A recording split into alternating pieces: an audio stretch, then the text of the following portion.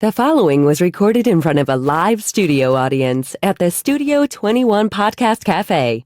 This is the United Podcast Network. The following program is closed captioned for the thinking impaired. By tomorrow, I will rule the world!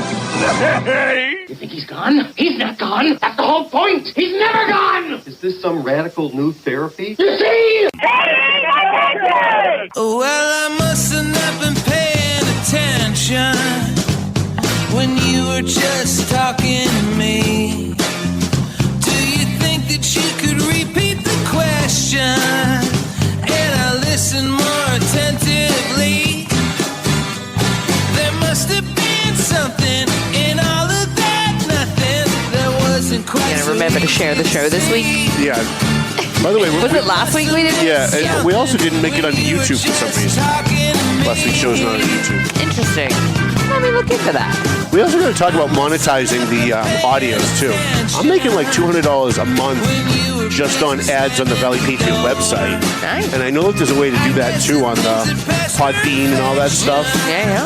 So there's got to be a way. Yeah, we'll have to look into it. All right.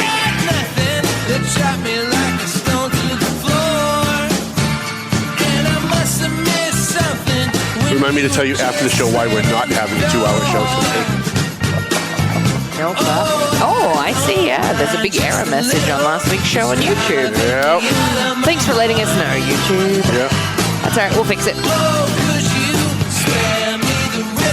Story of my life. That's all right. Mel is doing better. He had a gig last week. Nice. Yeah. Gotta go see him. Yeah, we've got to do that. That's got to be like a paying attention thing. We should have had the ladies do the pop-up bars. Yeah, too late now. Too late.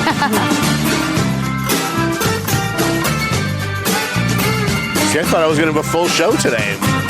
It's nice and comfortable. 2 guests is better than I think. Better than 1 guest, better than 3 guests. 2 is like the perfect. You said that initially. That Yeah. It's better with 2. Yeah. So that's why I didn't kind of fight to find a third. Nope, I agree. What a small world. I know. Everybody knows him. I was just going to say, who doesn't know Bob? He's a staple. Yep. Everybody. All right. We'll get the show going. What do you think? Let's go.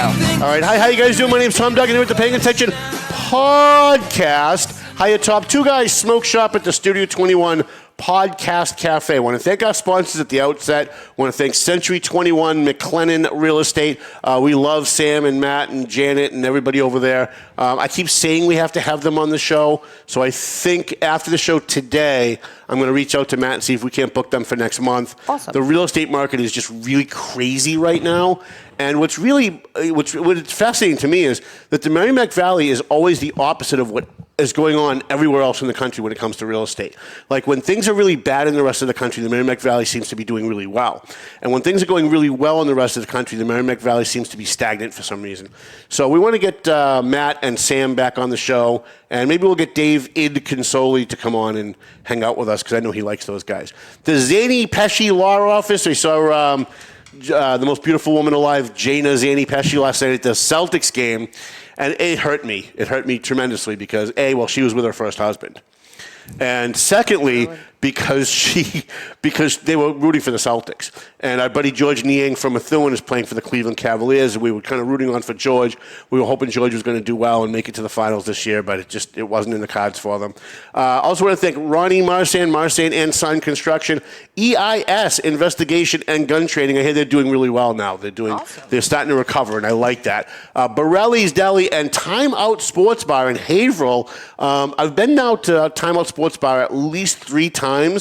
And so I was there at the opening, like within the grand opening. Every restaurant has great food at the grand opening because they know everybody's paying attention. The press is there. The Exchange Club is there. You know, the local Chamber of Commerce is there.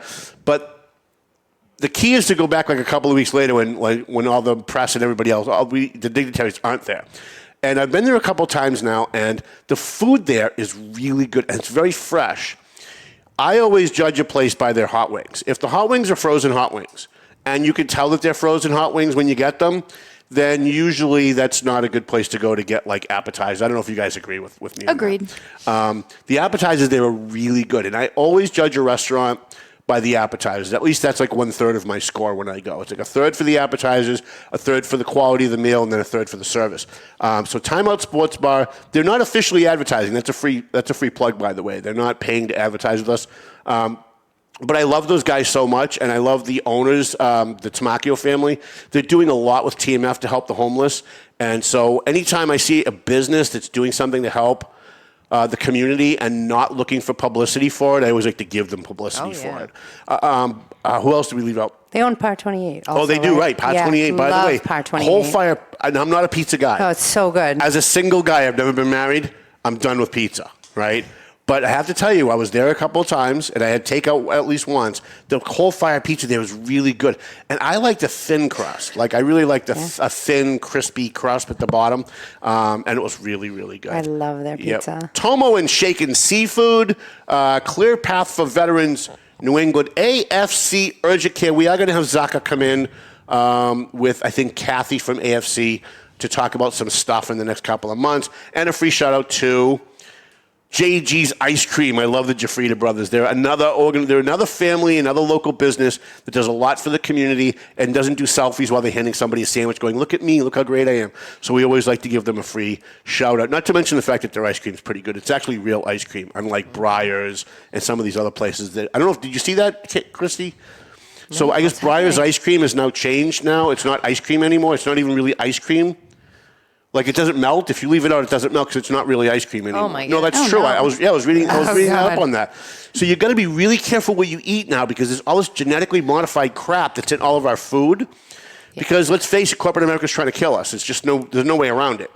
And I was reading up on that just yesterday. So while we're talking about JG's ice cream, it's real ice cream. And 10 years ago, that wouldn't have meant anything because everything was real ice cream. But today it actually does. All right, to my left, to your right, we've got two people here on the show who I think are going to make this a very interesting show because privately we talk about this all the time. And I'm in my inner circle, I run with people who try to do good things for the community all the time, as I just talked about, especially people that don't say, look at me, right?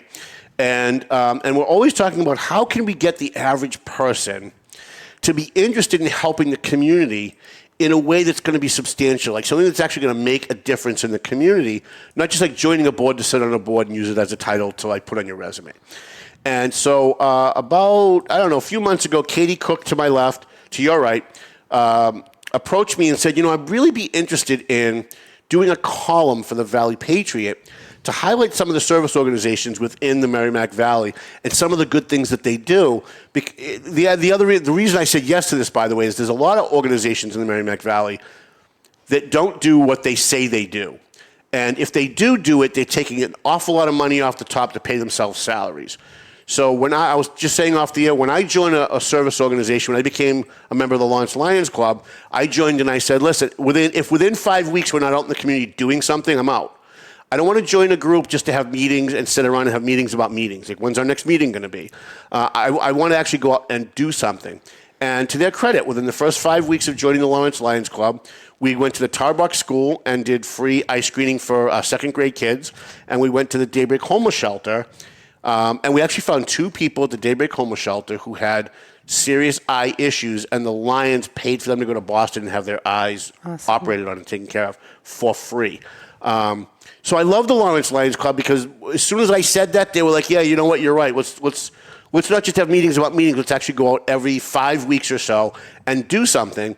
And so we were talking about that I was talking about that with Katie, and she said, one of the things that I really want to do is come on your podcast and write a column and kind of let people know how they can help, what's the best way to help, what organizations to look at, what organizations maybe not to look at, not by name, but like, by category. Yeah. We can kind of, they can figure it out for themselves at home. So why don't you introduce yourself, Katie? I think it was probably too big of a build-up on No, you're totally good. Hi, I'm Katie Cook. The Pirate Princess. The Pirate Princess for a long time. I've been in the Merrimack Valley most of my life. I grew up in North Andover, and I have always had a passion for helping people. I've been very, very blessed in my own life, so I am always looking to give back. So Formerly, I'm with Kiwanis, but we came on today. One of the things in our Kiwanis meeting, we were just talking about how do we get more people involved? How do we get more young people involved? I think people think of service clubs. A lot of people are like, what is a service club? So a service club is defined as professional men and women getting together to promote fellowship among its members and devote principles towards volunteering and community service. So, it's kind of a broad definition, but it's very vague. Yeah. In this area, in the Merrimack Valley, we see Lions Club, which Tom is a member of, the Kiwanis, which I'm a member of, Exchange Club, which you'll get to hear from Sarah, and the other big one in the area is Rotary. Mm-hmm. So we'd like to talk today. So I called up Tom and I said, I had this vision. I'm like, I have a vision of being on your podcast and having a member of each organization on there. And you see how hot she is. How could I say no to that? Like, there's no way I'm saying. I don't think if she wants to talk about cardboard. She's coming on the show. I'd like to, talk about it because we are having a membership problem. And I'm sure, Sarah's having the same and Lions is definitely having the same. We're almost dead. And I think people think, it's old guys. That's who's members of these clubs is old guys. And they're not necessarily wrong about that. No, I know. And I'm the youngest guy in my club by about 30 years. Yeah, I'm definitely the youngest one in my club for sure. But looking to I think my mother always says everyone wants to help. You just got to figure out how they want to help and what they're passionate about. Right. I was on the board of directors for a long time for the foster kids of the Merrimack Valley. Great organization, love it. Fantastic organization. Yeah, love it. And I love the Giordano's. The Giordano's are amazing. Incredibly so much. But so, I was on that for a long time, and they're always looking for Santa's helpers and people who don't know that agency. It's an organization that supports kids in foster care, kind of 13 and under. Mm-hmm. And I had friends of mine, Eddie and Nicole, fabulous, always picked a kid, always sponsored a kid every year.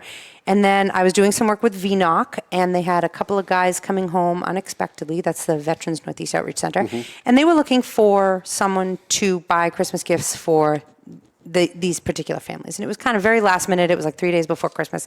And this friend jumped in and spent a ton of money, bought a ton of stuff. And I was like, oh. And he's like, well, my brother's a veteran. Like that was, and it really proved to me, people who are passionate about a certain thing will go above and beyond, will spend the extra money, don't need the credit for it, just want to do it to do it. So I said, how can I get more people involved? So that's where the column came about. But for the purpose of this, today we're talking about service clubs. And everyone can volunteer. And volunteering doesn't mean you have a ton of money and you're giving a ton of money to this organization. It's you can give your time in your efforts or your energies. Absolutely. I'm a big fan of reduce, reuse, recycle, that concept. And one of the things Kiwanis is doing is we have libraries in all of the laundromats. And I get kids from the local high school to do a book drive. So now your child is participating and they're doing a service and they're giving back to the community and they're going around collecting books. So it's cleaning out your books, cleaning out your kids' books, and getting them to us rather than dumping them or donating them at the Salvation Army. We're putting them in the hands of kids who might not have access to a book. And I know you think, oh, the library, anyone can go to the library. Well, that's time. It takes time. As a parent, we're all overwhelmed as parents. Driving to the library, letting them sit there, pick a book, or maybe you're a single parent, or maybe you are not a single parent, but you both work full time, and you don't have 2 hours to go to the library. Mm-hmm. So because you have to spend 2 hours at the laundromat doing your laundry, let's bring the books to kids. So I love that. Yeah. So Kiwanis, which I'm a member of, is started in 1915 in Detroit, Michigan. And Kiwanis, which is a weird word, which you had difficulty spelling, is actually a Native American word. And it's we make ourselves known. So the goal of Kiwanis is to be active in your community and doing things. It's a global organization, and their mission is improving the world one child and community at a time. And our focus is health and nutrition, education and literacy. Specifically in Methuen, we have a big focus on literacy, and youth leadership. So that's Kiwanis. Sarah, why don't you tell us about... Before you move on, that vaguely explains what it is, but what does it actually do? Like, what is it you guys physically go out and do? So, all right, I didn't want to. I didn't want to take up all the time. I didn't want to take up all our time. So, like I said, we do library laundromats. So we are definitely a smaller group. Methuen is a smaller group. So we are looking for more. And regionally, actually, it's a great group. So as president, my focus, health and nutrition, cool. Literacy for me is really big right now. COVID left us in a very difficult spot with a lot of kids are reading well below their grade level. So how can we get books into the hands of kids? So for us as an organization, we put in a grant to the Scholastic organization, and we got a whole bunch of books, and we delivered them right out to second, third, and fourth graders throughout Methuen. So they got all books from us to take home, all different kind of reading levels. And then we do a lot of book drives, collection of books, and one of the things that we do, it's called the Key Club. So we are the sponsor for Methuen High School's philanthropy club called the Key Club. And the Key Club, what we did was we took the books that we collected and, trunk or treat.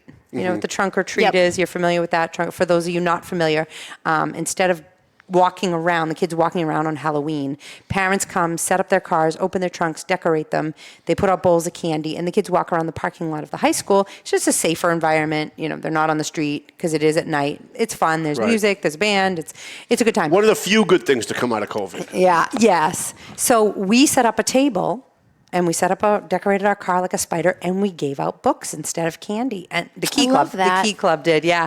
I was shocked at how receptive the kids were. Like, they were walking up being like, do you have this Diary of a Wimpy Kid, like this particular book of the series? So, the Key Club kids were amazing. They're digging through all the books that we've gotten there, finding the kids. And it was a lot of fun. So how can we've talked about, getting people into the schools to read and just get books in their hands, like get them there, give them that opportunity to have a book and enjoy a book. I love a good book. Me too. So Sarah Wescott. By the way, tell your grandfather I love him to death. Will do. He and I have known each other for a long time. In fact, we've been emailing for the last day or two about some stuff we're working on. He's part of the Lawrence Exchange Club. They're doing a Field of Honor. That's correct. And they're going to be raising money for TMF, which feeds the homeless in Lawrence, and House of Mercy, which is like a daycare center in Lawrence where they can go and do their laundry and they get lunch and they can get services. And so when I met you, when you said, my grandfather, Bob Wescott, and you're part of the exchange where, in Haverhill? Haverhill, yep. And the district and New England. This makes total sense that a young person like you is involved because of the inspiration of your grandfather. That's exactly it. So as a child, the New England district would hold their conventions every year, and we'd go as a family. So I saw exchange in action at a very young age. And when I started working for Bob at his business, how do I get involved? I finally have some time on my hands, and I'm looking for an outlet to give back. And I was young. I was, I think, 24 when I joined Exchange Club. And I looked around for a club that, I even looked at Rotary, I looked at Kiwanis, I shopped, but Exchange was really my home. It was where I've always felt most connected.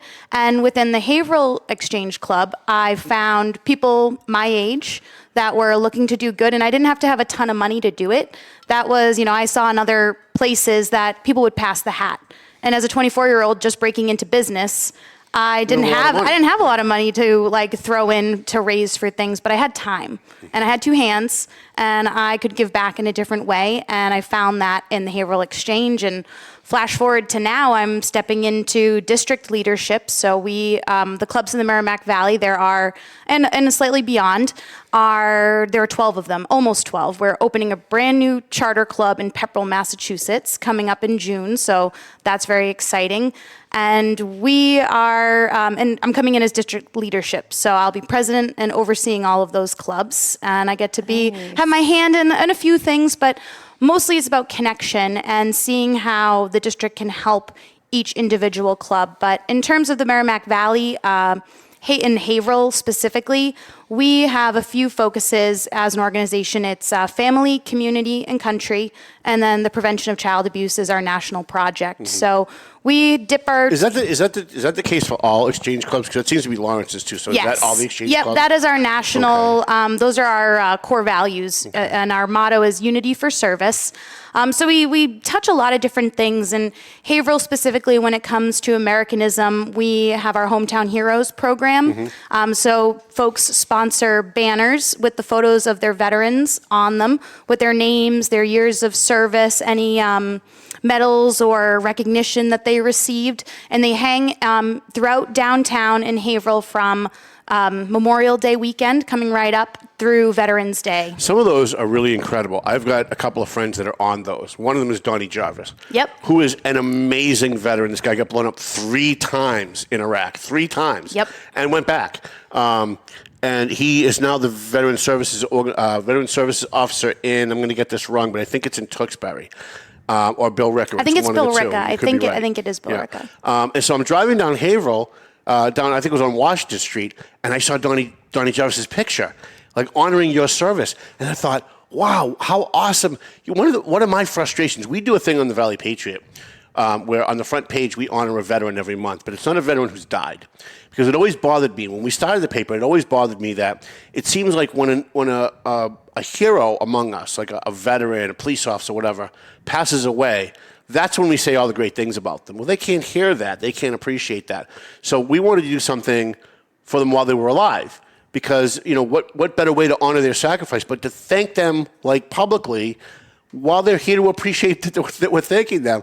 And so when I saw that, it brought me back to when we started the newspaper, that, wow, there are people out here that are doing something for veterans. And some of them are passed away, but a lot of them aren't. And I saw that and I thought, wow, Donnie Jarvis is such a great guy. That must make him feel, especially after all the things that he went through medically from getting blown up 3 times. What a tremendous thing to do for a guy like him, to make him feel better about himself and to let him know that he's appreciated. I was so thrilled when I saw that. And even coming up, so May 23rd at 2 p.m. Is the unveiling ceremony for the banners this year. So they've been starting to hang them throughout downtown. But that at 2 p.m. in GAR Park, they're going to have their ceremony where we read the names of the Gold Star families, and we honor not only them, but everyone whose banner is going to be hanging up there. So it's such a special ceremony. And that's not, veterans programs and Americanism is just one leg of Exchange Club. Youth programs, scholarships, helping kids who are maybe facing challenges. That is a huge part of it. And $20,000 this year, Haverhill Exchange is going to be giving to graduating seniors. And we raise that money through our fundraisers that we have. And I think one thing that Haverhill is doing right is what I like to call fun fundraising. So people get excited about being and working on these projects. The community likes them, they rally behind them, and then we're able to use the funds raised to do things like $20,000 worth of scholarships or $7,000 worth of camperships for different organizations like the Boys and Girls Club or the YMCA. We see a huge need in the city for working parents who can't afford to send their kids to summer camp or they can't afford daycare. What are those kids doing home alone during the day or with a family member who might not be able to take care of them? So by being able to sponsor some weeks of summer camp that brings me probably the most joy. And then lastly, when it comes to the prevention of child abuse, we are not physically out there. We're not social workers. We do not have the tools as volunteers to make an impact in that way. However, we are that, like I said, that fundraising vehicle to support the Michael B. Christensen Community and Family Support Center. It's located inside Greater Lawrence Community Action, and that is the team that is an exchange-accredited Strengthening Families program, and they follow the Parent Aid model, and they are the folks who are actually like boots on the ground, working with DCF referrals and community cases with parents who just need a little extra help. Right. And teach them how to parent. It's an amazing organization, and we're proud to support it. One of the things that I found, and I kind of happened upon this. It wasn't like I was looking, right? But we started doing a anniversary party for the Valley Patriot every year, just to kind of celebrate that we made it another year. Because when we started the paper, we honestly didn't think we'd make it 1 year. We'll do this for 6 months. It'll be fun. Then I got to go get a real job, and I've been doing it now for 20 years. So like right around like the 8th anniversary, we started having anniversary parties. And somebody came, my friend Chris Eldridge came to me. He was part of the Lawrence High Alumni Association, and he said, how about when you have your party next year, you just throw something out on Facebook that you want to raise money for like a kid at Lawrence High School for scholarship money. Even if you raise like $100, you know, that $100 may help a kid with like a fee that he didn't think he was going to have to pay. And there's a lot of kids out there that get a ton of money, but they're short what they need and they end up not going. And so I said, okay, great. So I didn't think anything was going to ever come of it. I threw it out on Facebook. The first kid, I think his name was Devontae Jones, and we raised him, I think it was $150, and we thought we'd change the world. Last year, we raised $58,000. This year, we raised $58,000 for 6 kids. And one of the things that I learned from the beginning of that to now is that when I put out on Facebook that this is the kid that I want to raise money for, the kid's picture, and 100% of what you give is going to go directly to that kid. We're not going to take anything off the top. And then transparently, every person that donates, we will say, thank you, Katie Cook, for donating $100 to Lawrence High School's, Jim Smith, and this is going to go to him. And now his total is. Once people realize that what I give is actually going to go where it's supposed to go, it went from $150 to $58,000 because there's people out there that would like to give, but they know that there are so many non-profits out there that aren't really non-profit. There's a lot of people putting money in their pockets. And once they know that it's going to go where it's supposed to go, even if they're not really passionate about that issue, like scholarships or the flag raisings or that stuff, or the veterans, but if they know it's going to go where it's supposed to go, most people are willing to open their wallets a little bit and say, hey, I'll give $100, I'll give $50. Tom, too, I think what's really important is I'll give $5. If what you have to give is $5, that's awesome too. Right, sure. You don't have to give $100,000 to make a huge impact. Right. A lot of people, I think, especially we see it with your scholarships, a lot of people giving $5, $10, $15 very quickly added up to $60,000. Right. Yeah. So what I want to do is I want to try and impart that into some of the local organizations like you guys that are trying to raise money, because I found, and again, I just found it by happenstance. It just kind of happened, right? I found that there's so many people out there that want to give, and here's the path, here's the way to get them to give. So I think maybe when you guys are promoting whatever it is that you're doing, you should probably put in your literature that 100% of what you give is going to go to this particular cause. Because I know that neither one of you guys take money off the top, right? No. So if you're raising money for flags, it's going for the flags. Yep. If you're raising money for the veterans, it's going to the veterans. And I think we assume that because we know that because we're part of the clubs that we're part of, but the average person doesn't. And I think if we could put that in their face more, that everything you give, 100%. In fact, what we do at the Valley Patriot is if Katie makes a $100 donation through Venmo takes 3% of that. They take $3. We kick in the extra $3. So we let people know that, like, we're going to make sure that whatever cost there is, we're going to somehow find a way to cover that so that 100% of what you're giving. And I think if, like, the Exchange Club, the Rotary Club, the Kiwans Club, some of these organizations really could find a way to highlight that for people when they're doing their mailings or their... I think we do, like, it's kind of in the fine print of everything. Right. I think one of the things that, we've just in chatting about, what we would like to see is more corporations involved. Mm-hmm. And I don't mean in the sense of you as a corporation are making a donation.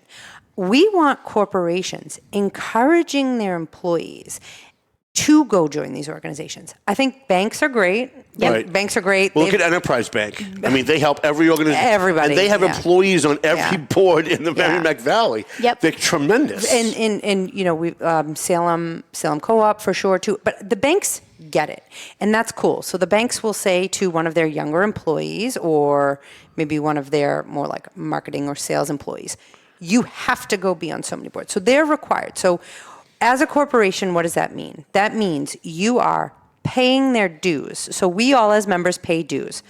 $100 to $250 in that range. Even less. I mean, I know some places it's even like $50 a month. Yeah. So it's really not much. So I think the Lions is like $35 a year. Yeah, or $40 a year. We're like $155 a year. So it's.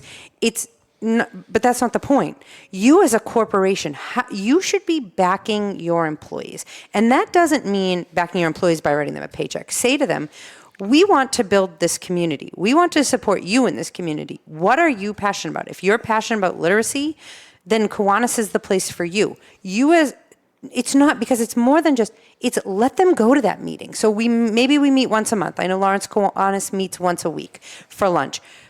give them that hour to go. And it's not them, they got to clock out. Pay them for that hour. Let them go for that hour. Go see what these clubs are about. Get your name out there as an organization that is giving back. This is a really easy way to give back as a corporation. Right. Absolutely. I'd add to that and say, whenever I see a new business potential member coming in to Exchange, I sit and chat with them and I say, you know what? You're not here to make a sale. You're not here to, schmooze and all of that. But what I will tell you is you will make friends. Right. Networking will happen. And down the line somewhere, who knows, maybe you do end up with a new customer. But come here with the open mind and the open heart that, you're here for the right reasons first. That's one of the reasons why I never joined a chamber. Right? Because I have several friends that run chambers, and they're always trying to get me in. And I've gone to a couple of their mixers, and every single one of them were about what I can do for them. Right. And so I walked away thinking, that's not for me. I want to be part of an organization that comes to me and says, what can you do for someone else? And so when I got approached by the Lions Club, I was very tickled because when I was younger, I tried to join the Lions Club, and they didn't want me. I was too controversial, right? You're still too controversial. Well, that's probably true. But as I've gotten older, so they approached me and they said, we'd like you to join. And I was very tickled by that because I said, not for anything, but I tried to join you guys when I was in my 20s and 30s, and you guys wanted no part of me. Now you're asking me to join.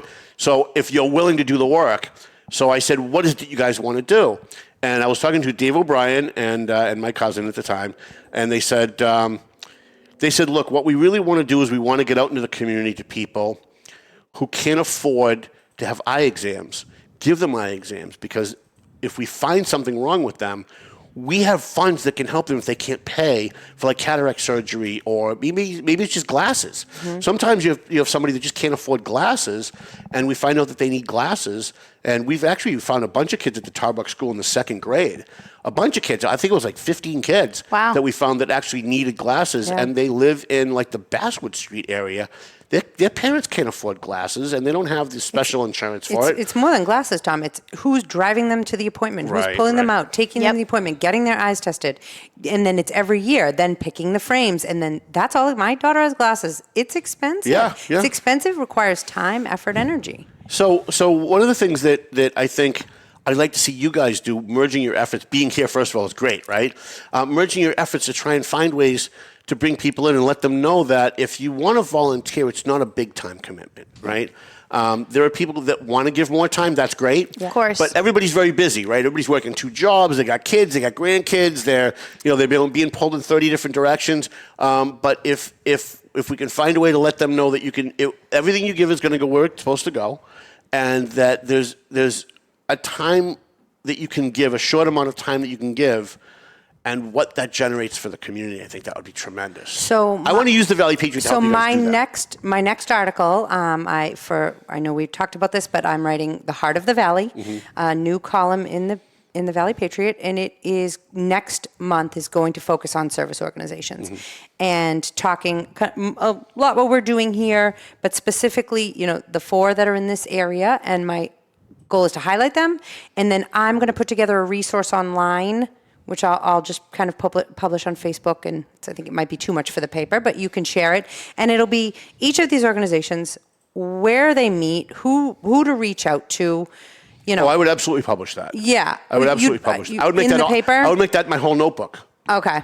I don't want to take. I don't know how much space I have in the paper. I would love to do that as a regular feature. I would love to run that on a regular basis to let people know. Yeah. So that's what I'm going to do. Yeah. Sarah and I have been kind of working on putting that together. Getting a list. Here are the Rotary Kiwanis Exchange Lions. Here's who they are. Here's when they meet. Here's times you can go. And then what I would like to see, and Sarah and I would like to see, is corporations in the area, the decision makers at companies. I understand that you might not have the time and effort to go to this. Please pick an employee of yours that you see wants to give back, or even just ask them. Ask your employees, what do you care about? What are you passionate about? I'd like to see you join Rotary. I'd like to see you go to Exchange. Yeah, one of the largest things that we see, especially from younger folks in business, is that culture in the workplace is the biggest reason why somebody may leave a job, because their feelings or thoughts or what they're passionate about isn't either accessible at that job or isn't appreciated. Yeah. Exactly. Yeah. So if you are hearing from an employee that's saying, hey, you know what, we don't do enough philanthropic work here as an organization, I found the service club. We can be present as part of that. We found that would be amazing. At TMF, we're starting to see that now too.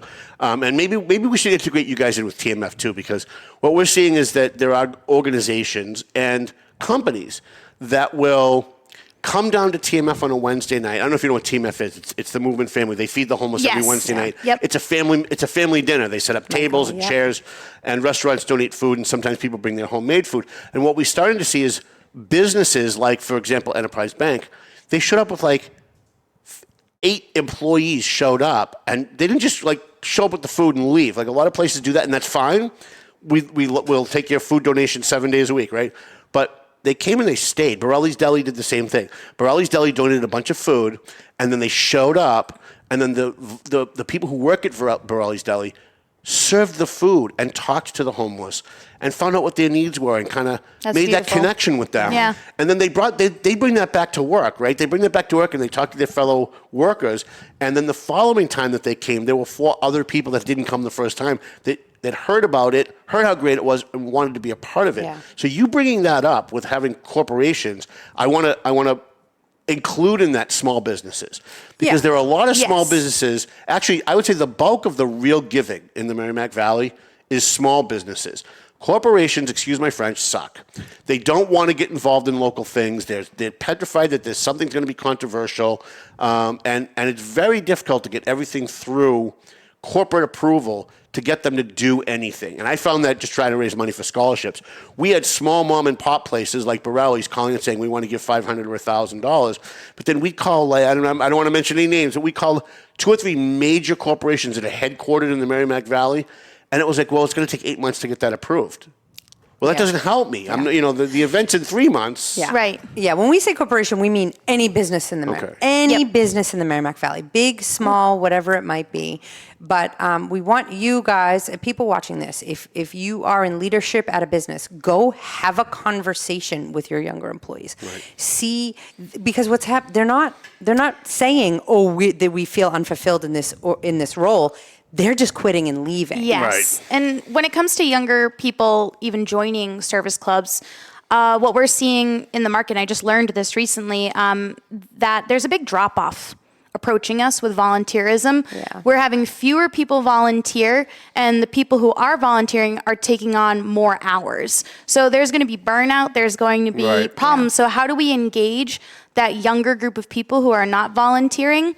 And one thing we've also found is that, let's say, baby boomers who are leaving the workplace at this point in time, and the millennials and the Gen Z who are entering, baby boomers want to be a mentor for someone, and these younger people are looking for that mentorship. So there's this perfect puzzle piece that we see that can be and having that in a service club, because we find that service clubs are generally much older populations.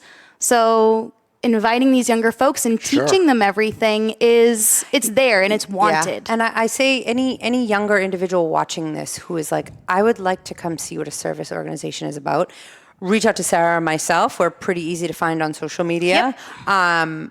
Reach out to us, and we are happy to meet you outside, walk in with you, some of the anxieties that go along with it, like how am I going to fit into this and what am I going to do? Right. Am I going to be like everybody else here? We are happy to meet with you. I'm happy to meet with you. If you want to go check out Rotary, I'll go to Rotary with you. I'm indifferent. Right. Just any way, or come with a buddy, invite a friend, be like, I want to join Exchange, or even Exchange is having this event. Yes, great way. Go to it. Let's go. Let's buy a ticket and go and see what it's like and meet some of the people there. Or look for other events, not just Exchange, any organization, any nonprofit around. Just start doing some research, read my column, and you'll learn some different ones. But attend events. And if you have an event that you want to attend, but maybe tickets are $200, go to your boss and say, I would like to attend this event, and I would like to go represent our organization at this event. Can I go? What's the worst that happens? They say no. Right. I would rather see my employees coming to me. We had someone emailed us last week saying, there's this organization, my friend's son committed suicide, they're doing this fundraiser, it's mental health, I work in mental health. Absolutely. Yes, I'd love to donate to it. And I was happy she even just asked. So ask. The worst that's going to happen is they're going to say no. Right. We are way beyond time. Time is up. Real quick, how do people get in touch with you if they want to join Kiwanis, Rotary, Exchange, whatever it is you're involved in? Give people just a quick contact. Yeah. So I'm Katie Cook. My cell, 978-479-2152. But you can find me on Facebook or search Heart of the Valley on Facebook. That's my new column. And I'm going to, within the next week or so, put a list of all the clubs and everything that's Great. going on, and you'll get all the contact information there. Yeah, Sarah Wescott. The best way to get in touch with me is my email address. So swescott@ubeo, that's ubeo.com. And I will be happy to get you in touch with a service club. Did you guys have fun? Would you come back? We would come Yes. back. I'd love to have you Great. back. Thank you for having us. I'd love to have a much more in-depth conversation on the next one about how we can get people more involved. Yeah. All right. Thank you, Chrissy. I appreciate you letting me go over time. Let's roll up, Mel. I want to thank our sponsors. A free shout out to JG's Ice Cream, just because we love those guys. And the ice cream is actually really good, too. Pleasant Valley Landscaping Contractors. I think I forgot to mention them at the top of the show. Our buddy Dave Consoli from Pleasant Valley Landscaping Contractors. AFC Urgent Care Clear Path for Veterans New England. That's also a free shout out. Tomo and Shake and Seafood. Borelli's, Par 28, and Timeout Sports Bar. It's really all together. EIS Investigation and Gun Training. Marston and Son Construction, the Zanny Pesh Law Office in Methuen, and Century 21 McLennan Real Estate. Appreciate you letting us go over today a little bit. You have something to promote for tonight? Anything for charity. Yeah, music bingo tonight at Sadie's Bar and Grill. Our charity of the month is Second Chance Ranch, so come on out and play. And what is that? Help us raise some money. They rehabilitate like second chance animals. So a dog or something that may have bit someone, rather than just put them down, they try and do their best to rehabilitate them. and then That's then great. find them homes again. And apparently they do it again and again and again. So they're No like kidding. a no-kill thing. Yeah. Well, that's tremendous. Yeah, Sadie's Bar and Grill, 6:30 tonight. Please come down to Sadie's. Sounds like Melvin Taylor says you got to go home, so go home already. The views and opinions expressed by the hosts, guests, or callers of this program do not necessarily reflect the opinions of the Studio 21 Podcast Cafe, the United Podcast Network, its partners, or affiliates.